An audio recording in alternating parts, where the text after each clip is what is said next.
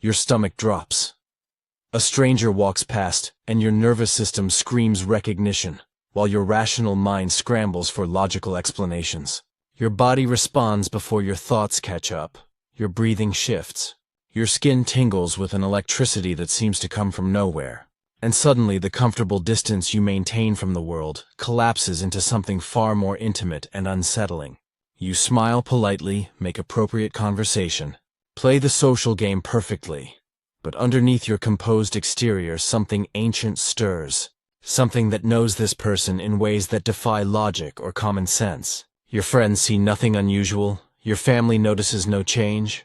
Yet your nervous system hums with the frequency of a profound encounter that you cannot articulate without sounding like you have lost touch with reality.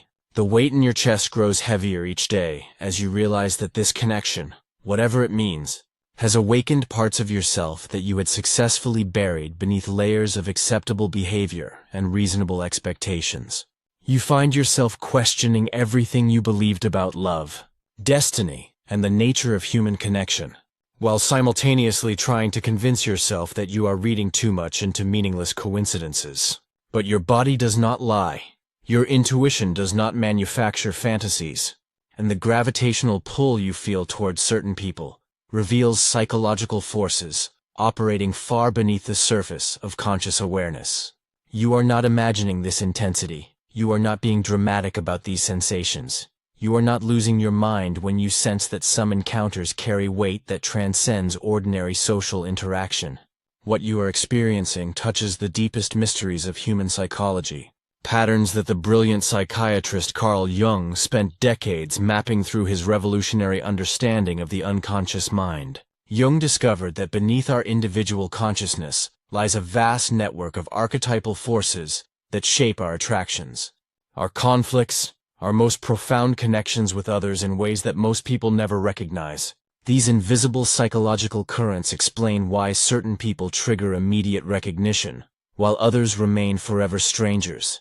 Why some relationships feel like destiny, while others feel like elaborate misunderstandings. Why your body sometimes knows truths about another person that your mind refuses to accept. The pull you feel towards specific individuals often reflects not their actual nature, but the projection of your own unconscious contents, psychological material that seeks integration through the mirror of relationship. This process operates with such precision that you will continue attracting the same archetypal patterns in different bodies until you develop conscious awareness of the forces driving your deepest attractions and most painful rejections. But what exactly are these hidden psychological mechanisms? And how do they determine not just who you love, but who you become through the alchemy of human connection? Within every human being dwells a stranger that refuses to be acknowledged, a dark inhabitant of our psyche that we spend lifetimes avoiding. The generous heart must confront its selfish motivations. This psychological honesty feels dangerous because it threatens the carefully constructed identity you have spent decades building and defending against the judgment of others. Before we continue deeper into these psychological revelations, take a moment to engage with this content by hitting the subscribe button, like, and turning on the notification bell. Your willingness to explore these uncomfortable truths about human nature indicates a readiness for profound self-discovery, and this channel provides the guidance you need for this transformative journey. Understanding. Your shadow represents only the beginning of Jung's map of the human psyche. Beyond the personal unconscious lies an even more mysterious realm called the collective unconscious, populated by universal patterns that Jung termed archetypes. These archetypal forces shape human experience across cultures and centuries, manifesting in our dreams, our stories, our deepest psychological patterns. They represent the inherited wisdom of our species, psychological blueprints that have guided human development since the dawn of consciousness. Each archetype carries both luminous and destructive potential, capable of inspiring great creativity or devastating psychological possession. Among the most powerful archetypes are the anima and animus, representing the contrasexual aspects of the psyche. These inner figures operate like psychological magnets, drawing you towards certain types of people while repelling you from others. shaping your romantic destiny through unconscious attractions and aversions. Every man carries within his unconscious an eternal feminine principle called the anima, while every woman contains a masculine element known as the animus. These inner figures influence how you experience romantic attraction, how you relate to the opposite sex, how you express creativity and emotion. The anima manifests in a man as his capacity for feeling, intuition, and connection to the emotional depths of existence. She represents his soul image, the feminine wisdom that can guide him towards psychological wholeness or lead him into destructive romantic obsessions. She appears in his dreams as a mysterious woman, in his fantasies as the perfect feminine ideal, in his relationships as the qualities he seeks in a partner. When integrated consciously, the anima becomes a source of creativity, emotional intelligence, and spiritual insight. When a man remains unconscious of his anima, she controls him through moods, emotional outbursts, and irrational attractions. His emotions become unpredictable storms that sweep through his consciousness without warning, leaving him confused about his own reactions and vulnerable to manipulation by others who understand his unconscious patterns. He projects this inner feminine onto external women, seeking completion through romantic relationships rather than developing his own emotional capacities. Similarly, the animus represents a woman's inner masculine principle, her capacity for logic, assertion, and spiritual understanding. This archetypal force serves as her bridge to objective thinking and decisive action, qualities that patriarchal societies often discourage in feminine development. This archetypal force can manifest as inner wisdom or destructive criticism, depending on the level of consciousness brought to bear upon it. An unconscious animus fills a woman with rigid opinions, argumentative tendencies, and attraction to men who embody her undeveloped masculine qualities. She may find herself drawn to domineering partners who seem to possess the assertiveness she cannot access within herself, or she may become possessed by her own animus, expressing masculine energy in crude, undifferentiated ways that alienate those around her. These archetypal projections create the foundation for what Jung called the psychological drama of relationship. Two people meet and instantly recognize something familiar, something that calls to their deepest unconscious patterns. But what they recognize is not the actual person before them. It is the archetypal image they carry within their own psyche. The man sees his anima reflected in the woman's face, while she perceives her animus in his presence. This mutual projection creates intense attraction, the feeling of having found one's missing half, the illusion of perfect understanding. Yet as the relationship develops, reality begins to intrude upon the archetypal fantasy. The actual person cannot sustain the projection indefinitely. Their human limitations, their own psychological wounds, their individual personality begin to show through the archetypal mask. Disappointment follows, often accompanied by blame and resentment. The man accuses the woman of changing, while she criticizes him for not living up to her expectations. Neither recognizes that they are simply experiencing the collapse of their own projections. Jung emphasized that these archetypal patterns operate with tremendous power precisely because they remain unconscious, like invisible puppet masters. They manipulate your emotional responses from behind the scenes of your awareness. When you fail to recognize the anima or animus projections you cast upon others, these inner figures control your emotional responses, your relationship choices, your entire romantic destiny. They whisper in your ear about who deserves your love, who seems dangerous, who appears to offer the completion you seek. These archetypal voices often masquerade as your own preferences and desires, making it nearly impossible to distinguish between authentic attraction and unconscious projection. You may believe you are choosing partners based on compatibility and conscious values, while actually being drawn by forces you cannot see or understand. But completion cannot come from another person because the missing pieces you seek already exist within your own psychological structure. The journey towards psychological wholeness, which Jung called individuation, requires withdrawing these projections and developing conscious relationships with your own archetypal contents. This process demands that you recognize the anima or animus not as something to be found in another person, but as an aspect of your own psyche requiring integration. For a man, this means developing his capacity for emotion, intuition, and receptivity without losing his masculine identity. For a woman, this involves cultivating her ability for logical thinking, assertive action, and spiritual authority while maintaining her feminine essence. The shadow, anima, and animus represent just 3 of the major archetypal forces that Jung identified within the collective unconscious.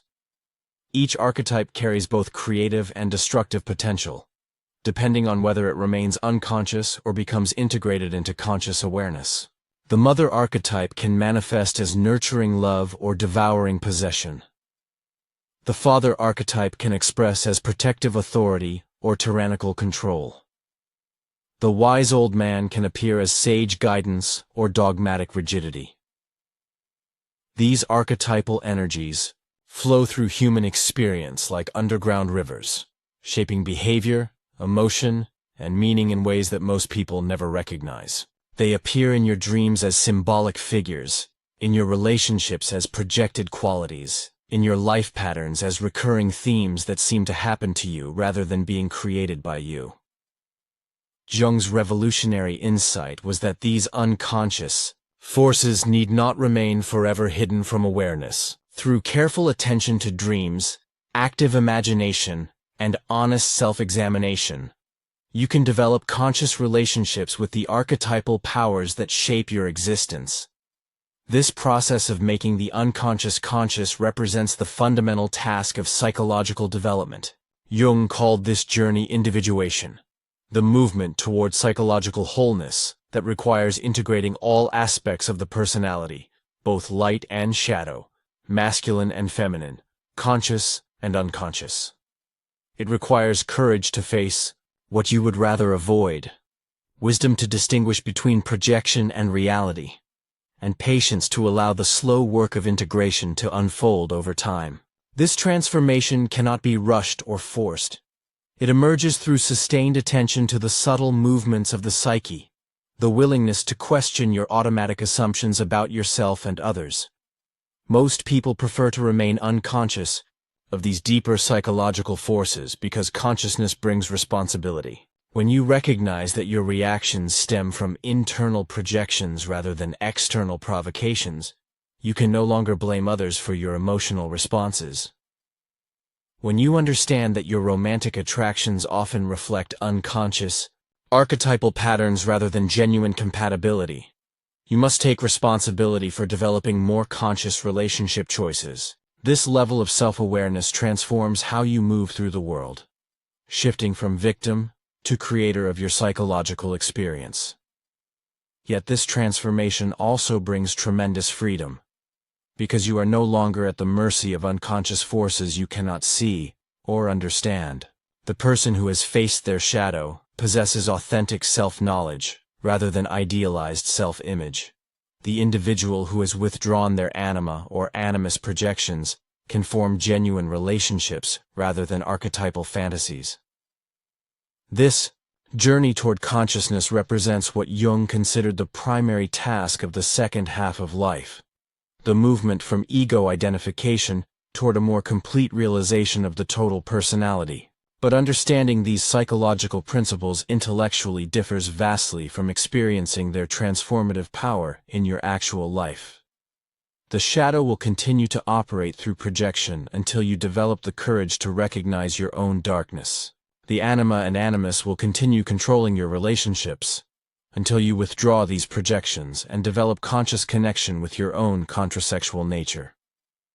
These archetypal forces require not just understanding, but active engagement, a willingness to enter into dialogue with the unconscious aspects of your personality. In our next exploration, we will examine the practical methods Jung developed for engaging these unconscious contents, the techniques that can help you move from theoretical knowledge toward lived transformation. Yet knowing these psychological principles without applying them transforms nothing. Understanding remains sterile unless it evolves into lived experience. into the courageous act of engaging with the raw material of your unconscious mind. Jung discovered that the human psyche possesses an extraordinary capacity for regeneration, a psychological immune system that can transform poison into medicine, wounds into wisdom, chaos into creative order. This alchemical process requires more than intellectual comprehension. It demands what he called active imagination, the deliberate cultivation of dialogue between conscious awareness and unconscious contents. Your unconscious mind speaks primarily through symbols, images, and metaphors rather than logical arguments or rational explanations. Dreams become the nightly theater where your psyche processes unresolved conflicts, unexpressed emotions, and emerging possibilities for growth. Each dream figure represents an aspect of your total personality seeking integration. Whether the threatening stranger who embodies your shadow, or the wise guide who reflects your potential for transformation. Jung emphasized that dreams serve as compensatory messages from the unconscious, balancing the one-sided attitudes of your conscious mind. If your waking life becomes overly rational, your dreams may flood with emotion and imagery. If you suppress your aggressive instincts, your dream world may erupt with violence or conflict. This compensatory function reveals the psyche's inherent drive toward equilibrium, its refusal to allow any single aspect of personality to dominate completely. But dreams represent only one pathway into the unconscious depths. Active imagination provides another route for conscious engagement with archetypal forces. This technique involves entering into deliberate dialogue with the figures that emerge from your unconscious mind, treating them as autonomous beings worthy of respect and attention. When you encounter your inner critic, instead of immediately suppressing its voice, you might ask what fear drives its relentless judgments. When loneliness overwhelms you, you could engage with this feeling as a messenger pointing toward some neglected aspect of your social or spiritual development. Jung observed that many psychological symptoms represent the psyche's attempt to force consciousness toward necessary growth. Depression may signal that your current life direction no longer serves your authentic development. Anxiety might indicate that you are avoiding confrontation with some essential truth about yourself or your circumstances, rather than viewing these emotional states as problems to be eliminated. Jung suggested treating them as allies pointing toward areas requiring attention and integration. This perspective transforms suffering from meaningless burden into meaningful communication from your deeper wisdom. The process of individuation requires developing what Jung called psychological courage, the willingness to face aspects of yourself that challenge your preferred self-image. Most people construct elaborate defenses against knowing themselves too completely, fearing that deeper self-awareness might reveal unacceptable truths. Yet these very defenses create the psychological splits that generate neurosis, relationship conflicts, and spiritual emptiness. Integration begins when you stop running from your own complexity and start embracing the full spectrum of your psychological nature. This means acknowledging your capacity for both creation and destruction, love and hatred, wisdom and foolishness, generosity and selfishness. The goal of psychological development is not to become perfect, but to become complete, not to eliminate darkness, but to establish conscious relationship with it. When you accept that you contain multitudes, you stop projecting your disowned aspects onto others and begin the work of internal integration. This process often feels destabilizing because it requires dismantling the rigid identity structures you have used to navigate social expectations. Society rewards consistency and predictability, but psychological growth demands flexibility and willingness to evolve beyond your current limitations. Jung recognized that this transformation cannot be accomplished through willpower alone. It requires surrender to forces larger than your conscious intentions. He called this process psychological death and rebirth, the dissolution of outdated identity patterns to make space for more authentic self-expression. This death feels terrifying, because it threatens everything you have believed about yourself. Yet it represents the only pathway toward genuine renewal. Like the mythological phoenix that burns itself to ash before emerging transformed, psychological development requires periodic destruction of limiting self-concepts. These transitions often coincide with major life changes, relationship endings, career shifts, or health crises that force confrontation with previously avoided truths. Rather than viewing such disruptions as unfortunate accidents, Jung suggested recognizing them as invitations toward deeper authenticity. The psyche creates the circumstances necessary for its own evolution, drawing toward you the experiences required for your next phase of development. This includes the people who trigger your unresolved wounds, the situations that challenge your unconscious assumptions, and the crises that force examination of your deepest values. Understanding this principle transforms your relationship with difficulty from victimization to collaboration with your own growth process. Every obstacle becomes a teacher. Every conflict becomes an opportunity for integration. Every loss becomes a clearing for something more aligned with your authentic nature. Jung emphasized that this transformation process cannot be rushed or controlled through conventional methods of problem-solving. The unconscious operates according to its own timing, revealing insights when consciousness is prepared to receive them safely. Attempts to force rapid change often create additional resistance, while patient attention to emerging patterns allows natural development to unfold. This requires developing tolerance for uncertainty, the ability to rest in not knowing, while allowing deeper truths to emerge gradually. Most people find this patience difficult because modern culture emphasizes quick fixes and immediate results. Yet psychological transformation follows organic rhythms that cannot be artificially accelerated without creating additional fragmentation. The process resembles tending a garden rather than operating a machine, requiring consistent nurturing attention rather than aggressive manipulation. Jung discovered that meaningful change emerges from the tension between opposing forces within the psyche rather than from eliminating conflict entirely. He called this dynamic process the transcendent function, the psyche's capacity to generate creative solutions that honor both conscious intentions and unconscious needs. This synthesis creates new possibilities that neither pure reason nor raw emotion could produce independently. For example, the tension between your need for security and your desire for adventure might generate creative career paths that provide both stability and excitement. The conflict between your social obligations and your personal authenticity might lead to innovative ways of contributing to community while honoring your individual nature. These creative solutions emerge when you stop trying to resolve tensions through choosing sides and instead learn to hold paradox consciously. Jung observed that most people waste enormous energy trying to eliminate internal contradictions rather than learning to work creatively with them.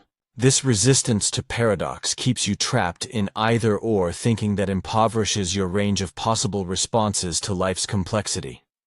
Psychological maturity involves developing comfort with ambiguity, the capacity to embrace multiple perspectives simultaneously without needing immediate resolution.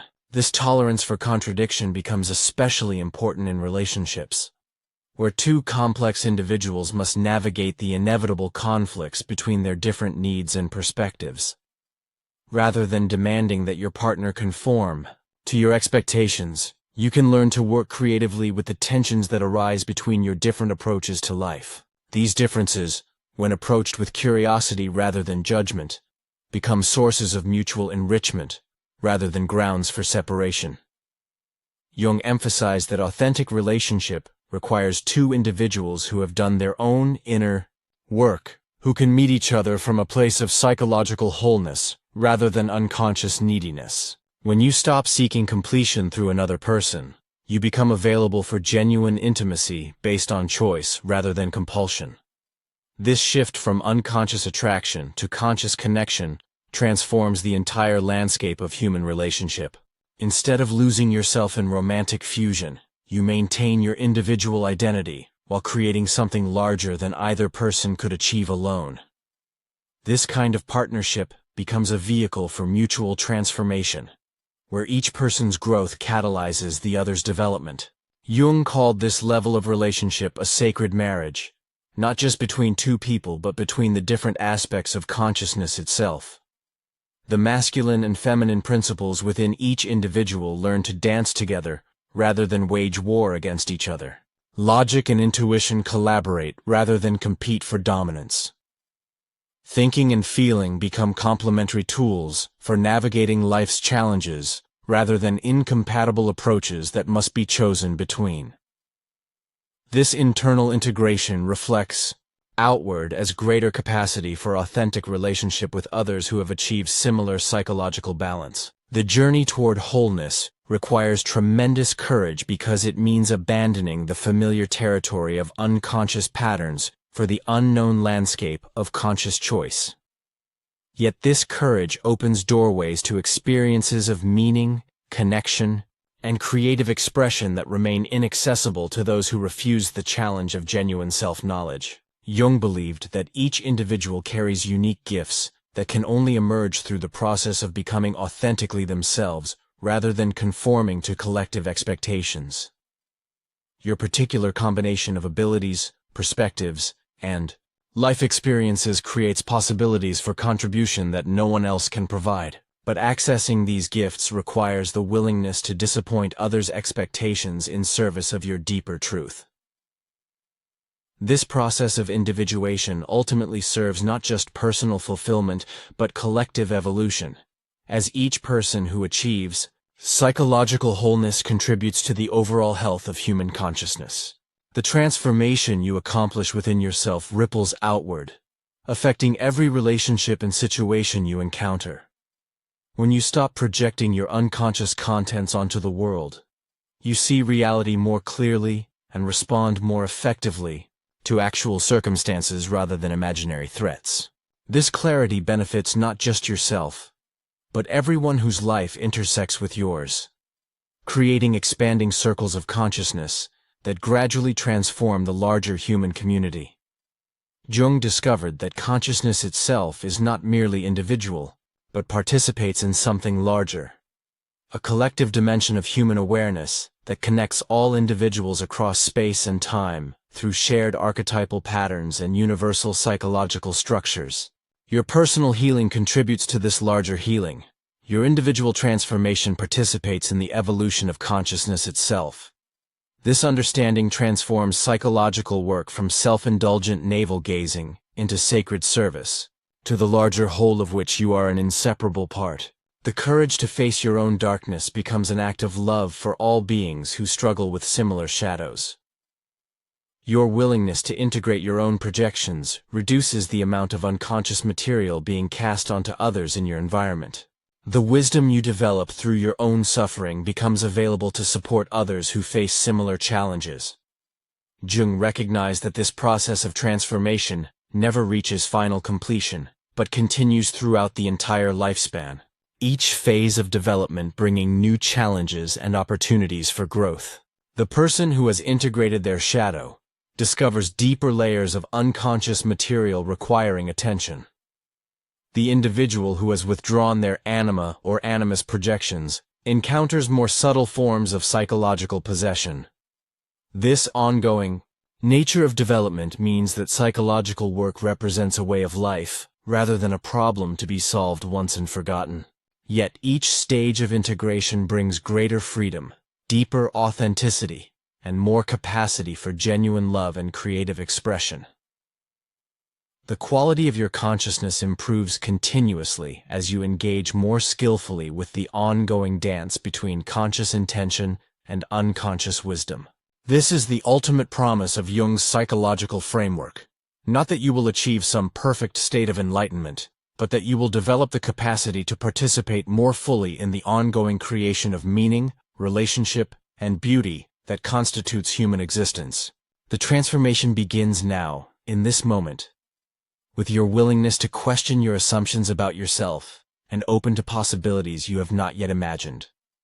Your greatest potential awaits not in some distant future, but in the courage to engage authentically with the psychological material that is presenting itself to you right now.